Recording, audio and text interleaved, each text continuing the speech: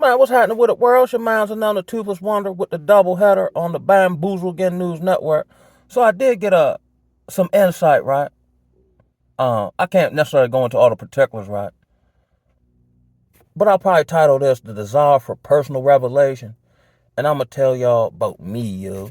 You ever notice how, like, you talking to somebody and they can, I guess gossiping, backbite, they can tell you all about everybody else's business, right? But they can't tell you nothing about themselves without going into, prying in people's personal business. You know what I'm saying? I try to be like I cover, various facets of society, the world, spirituality. Um, Not so that we're distracted by what's going on, but like I always use sports analogies. Read, recognize, react. So be mindful of this, okay, so you can recognize it. This is how I should move in response to this. Practical wisdom and application with a spiritual, scriptural context. Because I'll be honest, yo, I doubt I'll ever be the biblical scholar in the sense of, Mark 3:7 says, da da da, right? I'd like to think in my own mind I'm intelligent. I like to think I'm very analytical. And I think I've been held in this space in the dark because he doesn't want me leaning to my own intellect. So he keeps me in a constant state of reliance mentally, spiritually on the Most High. You see what I'm saying? Um, so, and I've been said this when I was in Baltimore, right? In which everybody, when I viewed it, whoever I was around in treatment or whether I read whatever, I said, yo, everybody's lying to each other. Nobody that I see has everybody's best interest at heart, just for the sake of another human being. People are perceiving vulnerability and attempted to use that for manipulative purposes, financial purposes, ego purposes. So I remember praying this prayer. I said, God, if you want me to know something or learn something, you're going to have to teach me personally because I'm done listening to everybody around me. Now, at the same time, I can take, even though they don't live it, right? Let's say the pastor man preach on a particular topic. I'm not going to pay him no mind, but I can take what he said, as they say, take the meat and spit out the bones. I can take what he said and apply it to me personally and move forward while I totally disregard the person of the man. What they say, how's it say? I guess that'd be the application of take the message, not the messenger. But I've been bamboozled by falsehood spewers so long. I'm inclined to just throw the garbage out with the cat. You know what I'm saying? And just be done with all of it and figure it out on my own. But I'm in this space where I don't think he's allowed me to figure it out on my own. It just gets revealed to me along the journey. So even certain stuff that has been said to me is totally messed up. What that means. You see what I'm saying? And then I've had seasons where I'll try to discern what he's saying or what he wants me to do, right? And then guess wrong. So even if I did guess right, it seemed like the Most High was going to move the goalpost so that I'm in this current position now. Walking blindly by faith and not by sight. Because I can't tell what nothing is. You know what I'm saying? In reference to, certain situations. Like I've had a plethora, not just in recent, history, but even before it, where it seemed good, it seemed like this is locked and loaded. And then magically, mysteriously, it fall apart because of some technicality or, you know what I'm saying? It just be weird stuff. So I'm under this belief that when mysterious stuff start happening, the Most High hand in it. But I can't tell where he lead me. But then if I could tell where he lead me, I wouldn't need faith. Or being almost quote unquote forced in a position to operate in faith because I don't know where I'm going and I don't know nothing. Like I said, in my plans, I had no desire to come back to the town I live in now because I got a lot of using history here. Left up to me, I'd have been in another state in some type of skill trade. Even when I got back here, was able to build up some financial resources, so on and so forth. Then in my mind, I got to keep the ball going in stewardship, right? So then I started LLC, you know what I'm saying? I leveraged my credit. I was doing all these things. And then I'm ready to get out the country because I hate Babylon. And every which way and numerous different nuances and avenues I tried to do that outside of actually obtaining a passport fell through, didn't work, got delayed, whatever, whatever. So then typically what happens, that happened enough. Well, I guess he got me here for a reason. So, me personally, because of how I grew up, and I want to believe that everything I've ever gone through is to bring me to this point. Like my aunt making me read books about the struggle. I'm well versed in that. I grew up with a sense of serving and the community, and you know what I'm saying, just doing your part, right? But in the black community, we're very deficient in people, and I don't want to do nothing. No, like in my desire, you can't be great doing something that's already been done. I'll use this analogy. Now, people support me. I have support, like, in my personal life as far as me, the human being. But as far as my vision goal, if I'm under the belief, as it currently stands, I'm not going to get no support because ain't nobody going to understand it. Because if you got a vision, you probably the only one can see it. That's why it's called a vision. You know what I'm saying? So, like with the Wright brothers, right? They were, according to history, I don't know how true it is, they say they were the first people to fly a plane. So if they tell their homeboy, yeah, I'm gonna make a contraption that fly through the sky, they probably gonna be like, oh man, that's crazy or whatever, right? So who do the Wright brothers go for insight and wisdom to do something that ain't never been done before?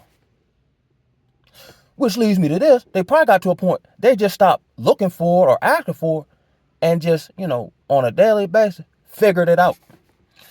And in the process of figuring it out, they got the mathematical equations and aerial stuff got revealed to them, and then they did something that had previously never been done and changed the way the world operates. That's the space I'm in. Like Paul said, right? Or Anita Baker when she said, I'm every woman, it's all in me. Right? That's a song, right?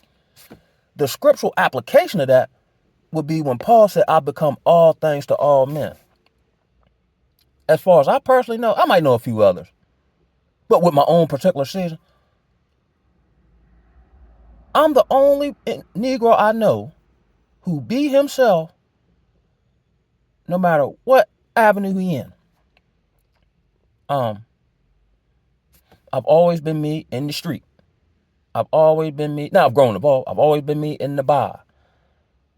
I've always been me when I represented myself in court in Annapolis. I've always been me in the church house.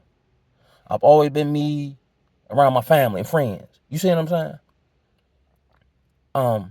But at the same time, based on who I'm talking to, I don't change who I am.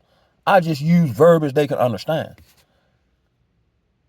In this day and time, right, the gathering and the black community and all that, the harvest is plentiful, but the laborers are few. And this is my humble opinion. And I read this in a book by, I think the brother's name was Nathan McCall. He made that book, Make Me Want to Holler. I think that's what it was. But he had talked about how, he went to prison, changed his life around. And he was actually in Prince George's County here in Maryland. And he went to this think tank or something, but they wanted to help curb poverty, homelessness in Prince George's County. And he said what stuck out to him, you got, civic people, business people, religious people, community people, right? He said, what was blaring to me? We're trying to solve something, homelessness, poverty in Prince George's County. But there are no homeless or impoverished people sitting at the table to give us insight about how to do that. Interesting. You see what I'm saying? In the black community, or let's say Babylon as a whole, people make money or gain notoriety on talking about the problem, but can't effectively address and solve the problem. In my personal journey that got revealed to me in sobriety recovery, one of the aspects of masculinity is problem solving. More times than not, on a social or person-to-person level, I solve the problem by getting rid of them. You know what I'm saying? Done with it. Problem solved. Because if you can't solve the problem persists, lingers, and probably becomes a crater. Even in a more social sense, like it took me 2 years to get my license back. but I was in the active pursuit of solving a problem. So when I was in the pursuit of solving the said problem, I ain't had time to complain about it or whatever, because I'm in the fight. Negroes talk about fighting, but the fight has been taken out of them unless they're talking about other Negroes. So if you notice, let's say you go to wherever community you go at, right? Like say in Baltimore, there's churches on every corner, but the community around the churches is horrible. I've been said this too, right? And this was in my earlier journey. Like I was at church one time, and the spirit seemed to be moving as far as I knew it to be at that time, right? And I'm actually in church hungover. And, you know, everybody praying and whoop, whoop, whoop, right? Not to make light of it. But the woman came over to me and said, the anointing's over here, referring to me, but your calling's different. That sounded about right. When I was homeless, went to the diner and tried to get locked up on purpose, and the policeman wouldn't lock me up, and went to court for that joint, and the woman and the people moseyed in my way, and the woman told me, I see you like Gideon, going behind enemy lines and releasing the captives. I didn't understand it, but my spirit was in agreement with it. That's what I want to do. You see what I'm saying? I do not know too many Negroes who are willing to get in the... See, here's my thing, right? Now, we talk all this tough stuff and all that, but when I read the scriptures, right, and we might be in a new dispensation of time or whatever, but I know in Revelation it talks about, you know, being given up into courts and beheaded and all that, right? How many of us are truly willing to die for the gospel, yeah? I've always admired and identified with martyrs. You know what I'm saying? Not no, suicidal sense or nothing like that. But there's no greater honor than to die for that which you believe in. When I read in the Apocrypha or in Maccabees of the one woman and her 7 sons, and they all, one by one, got executed, singing, and you know what I'm saying? That was powerful to me, right? How many Negroes are willing to, by default, not purposefully do it, but by default of whatever you're called to do, you're supposed to run afoul of the world? How many of the church folk, and even dare I say, these Hebrew Israelite folk, are being oppressed by the system? Now they'll argue with each other, but how much are they doing in the paint? Because we've seen what happened in the Panthers, or prior to that. A lot of them brothers got unalived and, infiltrated and turncoat and all that type of stuff, right? And it seemed that spirit was quenched at that point, right? Just like when Malcolm X died, it seemed like after Malcolm X died, the government left the Nation of Israel alone. I mean the Nation of Islam alone. You see what I'm saying? In my own personal life, right? Based on, and I don't mean to keep bringing it up, right? But based on the standards I held, and mind you, them people ain't did nothing to me. I stood up for other people who would thank me behind the scene. But again, I can't fight for you no more than you willing to fight for yourself. You see what I'm saying? Hence putting a target on my back with probably the 3 most dangerous groups to a black man. The Jewish organization, the practitioners of witchcraft, and the sisterhood. And I don't care nothing about no 3 of them. And this just ain't talk. I done did it. People see me in society, and it's like they seen a ghost, or is that really him, or is that, you know what I'm saying? And I did all that by my lonely. So much so, the people had to send a cease and desist for me to stop. Because they had drove the old Aunt B woman, I got worse, they had drove her into having a nervous mental breakdown. And I got so upset, I went after the man personally on social media and called him Synagogue of Satan, aiding and abetting. They had people die in the organization. All this is true. And I actually was gung-ho to go to court and keep doing it so they can bring me to court so I can prove I didn't lie. But then in my Colombiana tactic, is a pump fake tactic. They don't know what I know, but they know I'm getting truthful information because I keep getting word. They keep running down on other people like, are you telling them this? So they know what I'm saying is true. They're just trying to figure out how and where I'm getting the information from. Around these parts, I'm the people's champ. So then I kind of got word, okay, leave it alone. Not because I'm scared, but because it might divert me from my primary purpose. And ain't nobody else willing to step up. Because I made, inroads through social media for former clients and and employees to get together, but nobody want to come together. I guess they scared of them. If anything, I'm scared of what I'm going to do.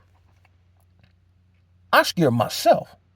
Because I don't care. Like, I don't give a, you know what I'm saying? It's right. How am I wrong for standing up for what's right? Now, I can do the right thing in the wrong way. I'm the king of that.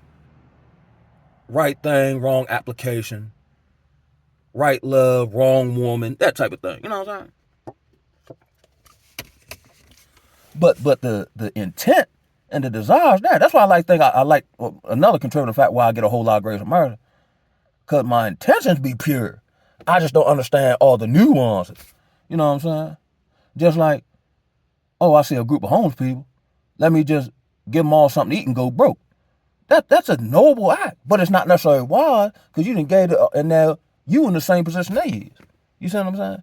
But I'm the only, now where I live at, like I said, is probably the most dangerous small town or dangerous town in general, excluding probably Annapolis and Baltimore in the state of Maryland. It has had a notorious reputation since Jay-Z and them was down here.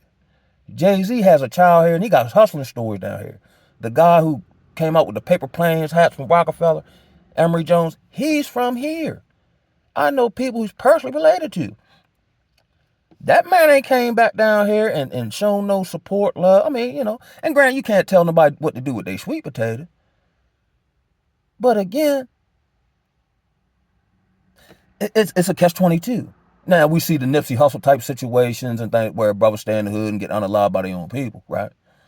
And then we'll make the articulation of brothers who leave the hood, go on about their business, but then don't pour back into the hood. You darned if you do, darned if you don't. Like, I'm going to get some pain. It's just what pain I choose to take on. So I want to take on the honorable pain. Part of the walk in Christ is suffering. It's being rejected by the world. I don't want nothing to do with the world no way. What has the world ever offered me? Other than the little niche I can carve out to sustain myself financially with fake fiat currency. I don't want nothing to do with the world now. I was like this when I was young. I wouldn't learn nothing in school. I just do enough for my people not be upset. Brain ain't stimulated at all. I'm trying to think of all the stuff I learned through the 12. How much do I apply any of that now other than having a piece of paper to give to an employer? You know what I'm saying? But none of these folk prepared me for life. And let me double back to this point, right? Let's say, and it seems like they got programs set up to keep you bamboozled, right? So we all know what the Christian church is at this point, you know, zestified, whatever. So, you know, you're man, so you want more of a masculine, da-da-da. So let's say you go over to one of these Hebrew Israelite camps. They talk tough, you know what I mean? They try to live by, from what I understand, the law, statutes, and commandments, right? But where, like I said, and I prayed this, I said, God, I know I got power, but I ain't got no authority. It's like peanut butter and jelly. I need both of them. Just like in the world, people have a whole bunch of authority, but no power. I think I got power, but no authority. Okay, let's say and my thing is relatability, because I've been around a plethora of individuals. Like, I'm a very understanding individual on a wide array of topics from a human standpoint, right? And I was in Baltimore and I ran into a couple Hebrew, it was cool, you know what I'm saying? They told me I had a different spirit. Like, okay, you know what I mean? I was still, you know, trying to figure it out at that point, right? But at no point in time, now I seen these brothers more, or they would be down the Inner Harbor, you know, fussing black dudes out if they got a white woman and all that. What is that going to do? How's that going to get him to, you know what I'm saying? They more so the over hyper masculine version of religion. They like, to me, it's like gangsterism with a Bible in your hand.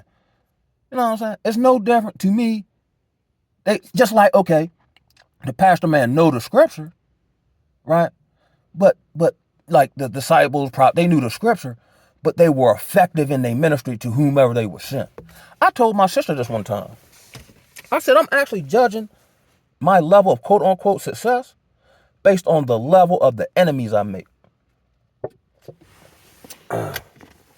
Because in this spiritual war, if you ain't making no enemies, you know, materially in this world from a high spiritual place, how effective are you?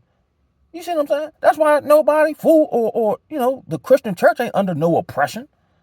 From what I see from the system, these Hebrew Israelite groups ain't under no oppression. They fighting each other. How many people is really willing to die for him and not just talk about it? I've had, not to glorify, but I know, like I said, I went, like, I used to go to court and purposely had money and won't get no lawyer because I want to tell white folk about themselves in their domain, in their house. I've gotten into physical altercations with the police. I've talked to the police simple. Not even, I wouldn't say simple, like rah, rah, but to the point where when I start talking, they forget what they were finna do. And I might have been dead wrong. Now, if I did something, I'll go ahead and get it up. Like the time I stole the car, I just told them.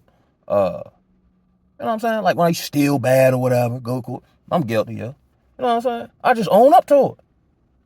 But if I'm standing on what's right, I don't care who it is. I get that from my aunt. I never seen my aunt do that. Now, she does it in a respectful fashion. She'll tell the pastor man about himself. In confidence to him. She ain't gonna air his, business out to everybody, but she will roll down on you and tell you about yourself. We're talking about the same woman. Now she had it work where if I cut up in school, she said, don't say nothing to him. Just call me, I'll come get him. Just let me deal with him. Same way God did me in the wilderness, right?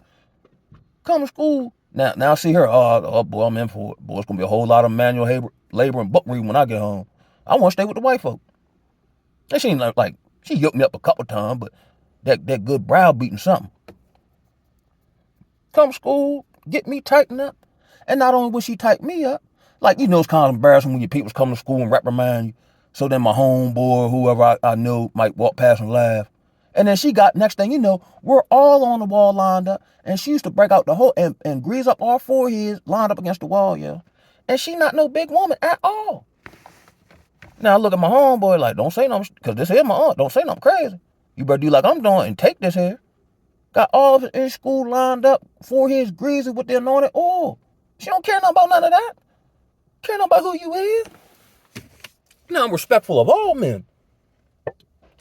But titles and all this illusionary, whatever. Just like gangsterism. Gangsterism has destroyed our community. And now we see these so-say gangsters like Big Meech, the Haitian dude, Ali, they're all informants. They all bow down to the system to get out of the dirt they was doing.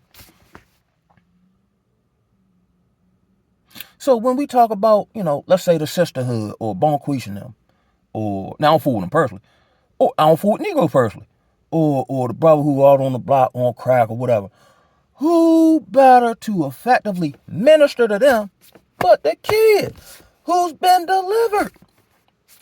That's how I became the people's champ at the job. I don't go no church. I don't do no meetings. I don't do no step work. Don't have to. The Most High did it to me. This is what he changed me into. So then, and here's what I was going to say, 'cause I'm all over the place. Okay, brother come out of jail, right? Now, if he don't look for it, he ain't going to the sweet church, right? So let's say he meet one of these Hebrew Israelite churches, and I'm assuming they're 501c3. And I asked this when I was in Baltimore. I said, do y'all have a training? Do y'all have like a welding center? Do y'all have job training? Whoop, de whoop, de whoop. I've never seen them give out food or nothing. Y'all just preaching the word, right? So heavenly minded, you're no earthly good. So you have no impact on the same street corners that you on fighting over to preach like you selling crack, yeah? Zero. I told somebody this. I really don't want to work with nobody. I want to create these various business and streams and all that there, and then fund the campaign myself. Because if I'm banking on me coming on here and being a great orator and y'all believing in what I'm saying and contributing to my campaign to help other people, then won't the campaign get stopped if don't nobody donate? You know how they say put your money where your mouth is. So I want to make all this money through business to then fund whatever ministry the Most High is putting in my heart. And if you build it, they will come. Just like Umar is never going to get the school built. One, he's got money, but the money ain't going to no school. He doing that to get single mothers. That's another thing. I'm all over the place with this, right? Yeah, he talks about black boys and this, that, and the third. But but that's the Trojan horse. His real desire is for black single mothers. And to access them through building a school. I have no desire to use drugs. I have no desire to mess with bonquisas. So there's no temptation. If I step foot in the battlefield, I can actually effectively help you using scripture and then wording it to you in practical terms you can understand, so that you can then move forward. Because I've done it. For no other purpose and reason than to see somebody else overcome who society has degraded and essentially left for dead. That's what I want. And I don't know not a Negro who's equipped the way I am. I don't know not a Negro who can speak these people's language. You know what I'm saying? And who done kept it real. You know, once you get like kind of corporate, you kind of get watered down, or, you know, kind of get a little tight in the britches and all that. Nah. I'll probably never be one of these brothers with a whole bunch of fringes on and all that. That ain't my style. He made me like this. He done hid me from my own self. You see what I'm saying? For a specific task and work that only you can do. And I'm speaking to y'all as well. You the only person that knows certain stuff. You the only, who has a certain skill set. You see what I'm saying? And this is just, inspiration to move into whatever your specific calling is. You know what I'm saying? But back to what I was saying about the Hebrew. I was right. So I'm like, okay, say, how they say, and how's it in the word, like you see somebody thirsty and you tell them you're going to pray for them. That does nothing. If I'm thirsty, right, and my master sensei said this, if I'm thirsty, writing the word water on a piece of paper doesn't cure my thirst. You got to be able to meet people where they at. But a lot of times, if you can't relate, or if you're scared, or you're judgmental, whatever, you're not going to be able to effectively. Now, everybody called to do something different in the entire body of Christ. You see what I'm saying? But I like to believe the arising or the gather of the dry bones had to be those brother, and like the brother in L.A. who's smoking crack, but he was raised right, or the single mother who had a couple kids when she was 18, got bamboozled, but she kept on with the keep on, and she just tried to become a better woman.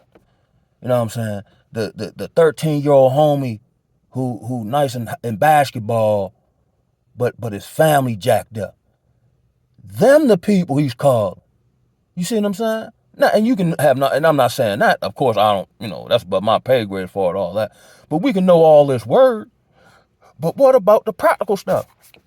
The disciples had trades. They were fishermen, tent makers. You know what I'm saying? They didn't stop doing that. You know what I mean? I got to be the all-purpose Negro here. And the way the Most High made me, if it's purposeful, I don't get taught. That's why I really don't be fooling with a whole lot of stuff in society, because it ain't fulfilling, and I don't want to do it. Let me find something fulfilling. Somebody had to, chill, take a break, No. I don't want to take a break. I ain't tired.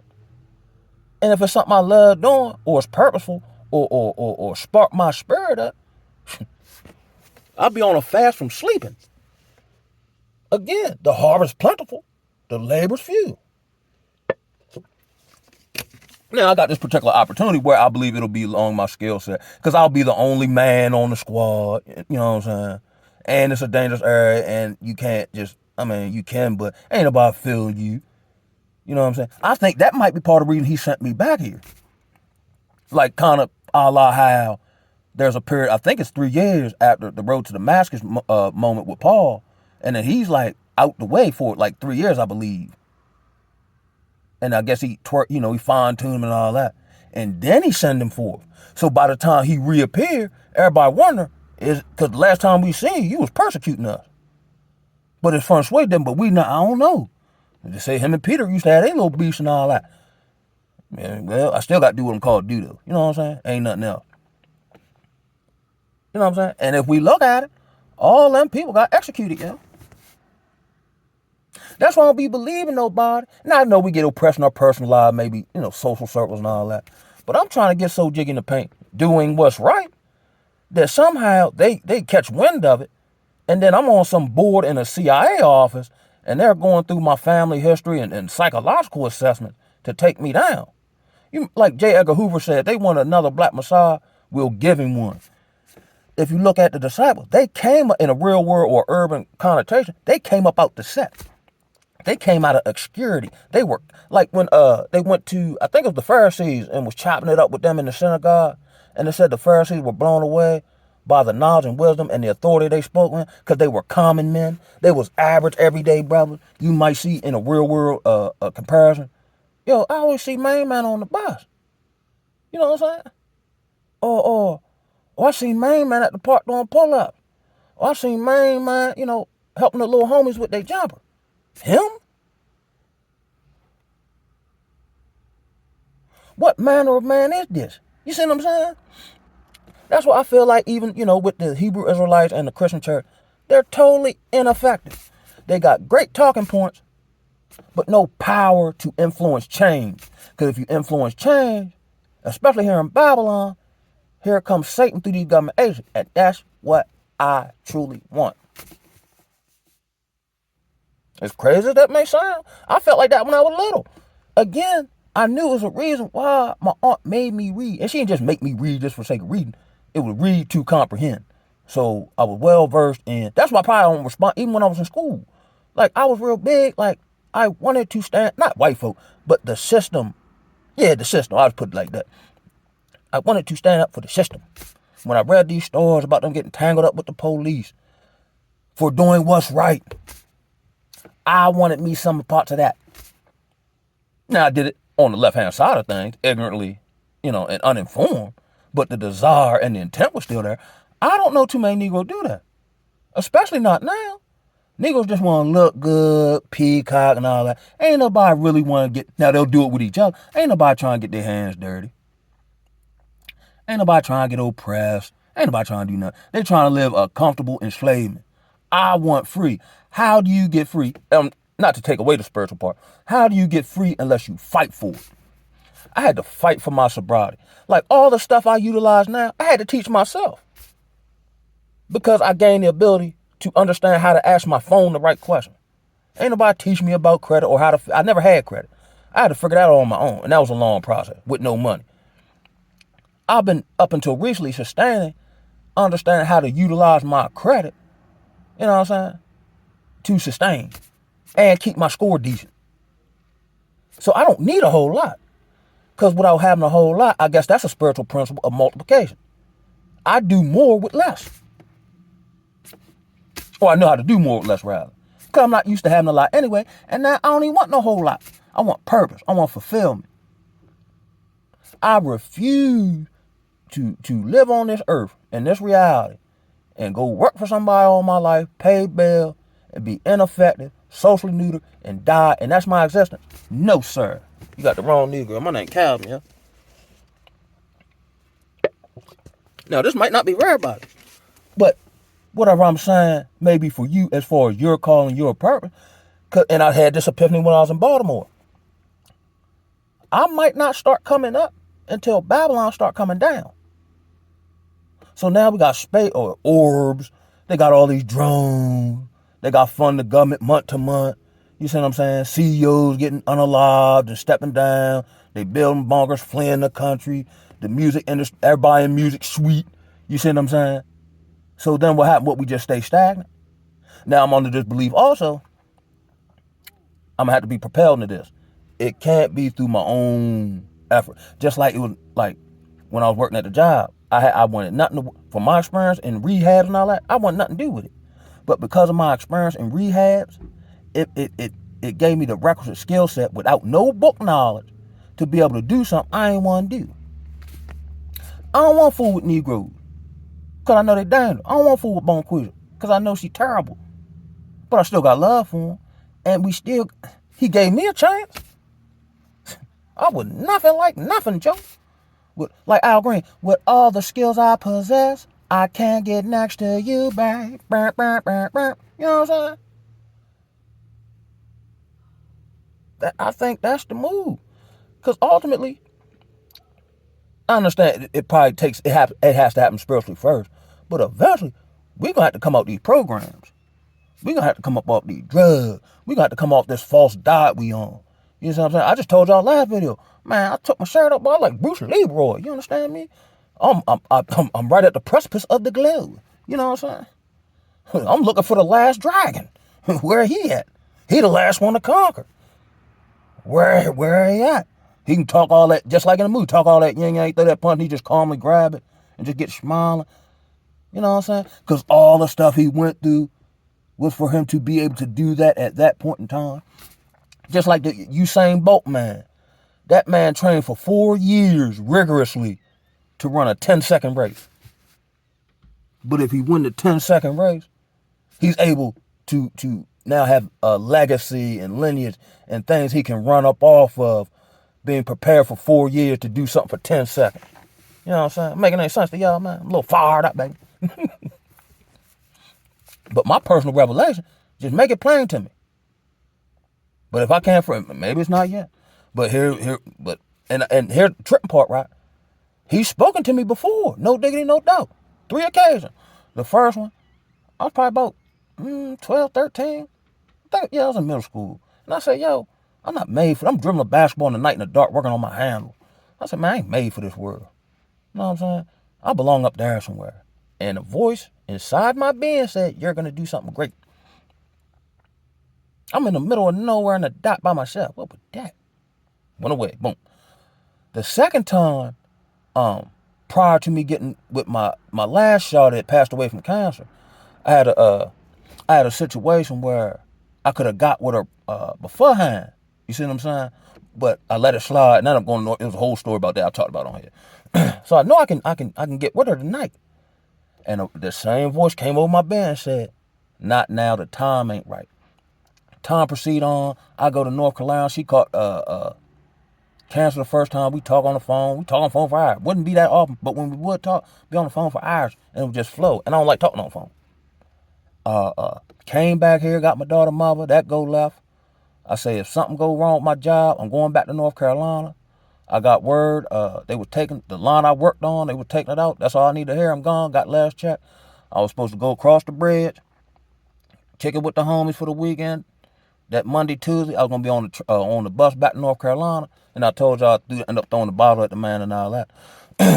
Now she on deck. Now she back better. I'm back working. I'm in a good space. I reach out to her. I told her forget. I done stood her up a couple times. Seen her, divine, whatever you want to call it, appointment timing. My mans and them run out of gas. They went to school together. Takes her. Well, she got to take him to the same gas station I catch the dump truck at. I don't say nothing to her. She don't see me one day. We tongue each other down, at the gas station romantically. And then time proceeded on with that, which ended up breaking me, when she finally passed, breaking me out of having casual sex. God had such a connection, and the love was so sweet. I mean, not just sexually, but, you know what I'm saying, where two souls become one, like the word say. That's the real world application of that. That it broke me out of having casual sex. All them years back, where now, look how dangerous casual sex is now. Not just physically, spiritually, but legally, socially, woo-woo-woo, right? And then the last time he told me, last time he talked to me, I was going to the prayer service, and they were going to have a prayer service that evening. So the first one in the morning, we just going to meet, chop it up, woo-woo. So I'm homeless, living in a storage shed in an apartment complex, right? So I'm excited to hear something from on high, you know what I'm saying, about my situation, yo. I ain't telling nobody I was homeless. I ain't, you know what I'm saying, I wasn't looking for no sympathy, whatever. Go to the prayer service that night. We there for a couple hours, woo-woo. Now I ain't gonna grandstand like, oh, what he said, or this all new to me, right? And then he's praying for some woman, and then I'm, behind him. Oh, he said, oh yeah, Most High said, not yet. Man, I was deflated. Mind you, I just went through about $70,000. I got issues with alcohol and drugs. I'm homeless now. Yeah, so I got survivor's remorse. My homeboys ain't nothing. Like Kanye said, I lost the only woman in the world know me best. I go to prayer service, he say, not yet. I was deflated, bro. Go back to my little hole in the wall, lay on the cardboard, and I heard that same voice said, trust me. And on that note, I'ma holler at y'all. One love. Ooh,